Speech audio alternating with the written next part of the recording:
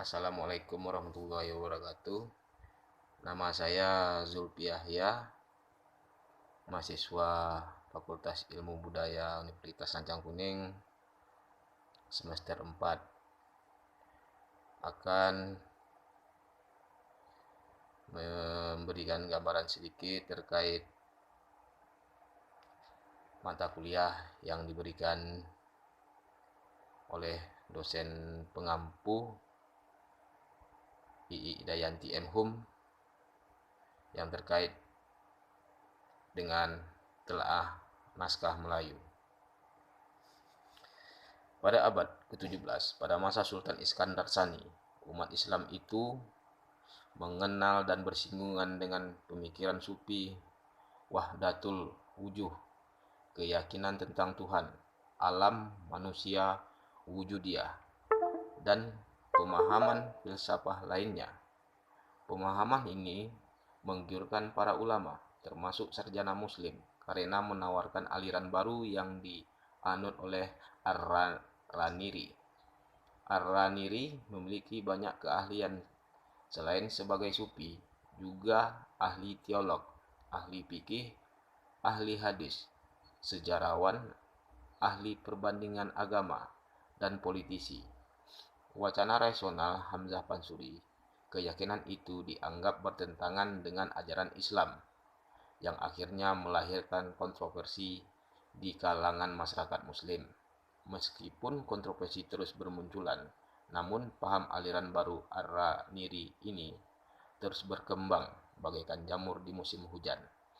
Dalam menentang paham wujudiyah Hamzah Pansuri yang sudah menjadi keyakinan bagi masyarakat pada waktu itu, ada 4 poin mengenai spekulasi dari pemikirannya, yaitu Tuhan, alam, manusia, dan wujudiyah.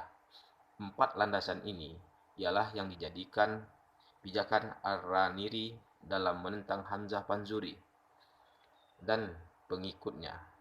Nama lengkapnya adalah Nur al-Din Muhammad Ibnu Ali Al-Hasanji, dipanggil Ar-Raniri karena beliau dilahirkan di daerah Ranir yang terletak dekat Gujarat, India pada tahun yang belum diketahui. Ia adalah keturunan campuran India Arab dari keluarga sufi dan ulama. Nenek moyangnya kemungkinan termasuk dalam keluarga Al-Hamid dari Zura, salah satu dari 10 keluarga Quraisy. Namun bisa jadi ia adalah keturunan Humay yang sering dihubungkan dengan Abu Bakar Abdullah Ibnu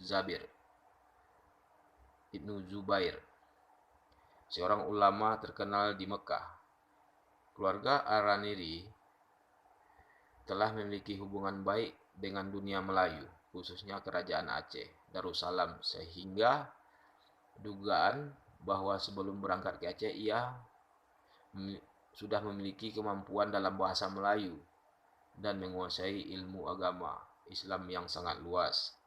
Dugaan para ahli kedatangan Ar-Raniri untuk pertama kali di Aceh tidak mendapatkan sambutan dari sultan yang berkuasa saat itu, yakni Iskandar Muda. Hal ini disebabkan ia membawa ajaran yang menentang paham wujudiyah, padahal paham tersebut justru menjadi keyakinan sultan dan tersebar di seluruh negeri. Melihat kondisi ini, maka Ar-Raniri melanjutkan perjalanannya ke Pahang dan tinggal di sana beberapa tahun. Saat itu, kerajaan Pahang dipimpin oleh Sultan Ahmad Iskandar Sani, yang kemudian menjadi Sultan Aceh, menggantikan Iskandar Muda. Adalah putra Sultan Ahmad. Ketika dibawa ke Aceh, ia masih berusia 7 tahun, sehingga tak kala Ar-Raniri datang ke Aceh, maka ia sudah dikenal sebelumnya. Pada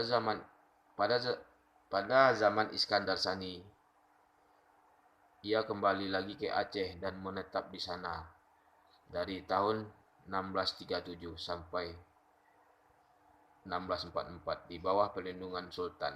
Ketika berada di Aceh, untuk yang kedua kalinya ia mendapat tempat di istana dan banyak menghasilkan tulisan. Syekh Nuruddin Al-Raniri juga sering dikenal sebagai seorang syekh dalam tarekat Rifaiyah yang didirikan oleh Ahmad Rifai pada tahun 578 Hijriah atau 1181 Masehi. Baik, terima kasih sedikit gambaran yang telah saya berikan terkait dengan tugas yang Ibu Idayanti M. Hum berikan. Lebih dan kurang saya mohon maaf. Tetap jaga kesehatan. Assalamualaikum warahmatullahi wabarakatuh.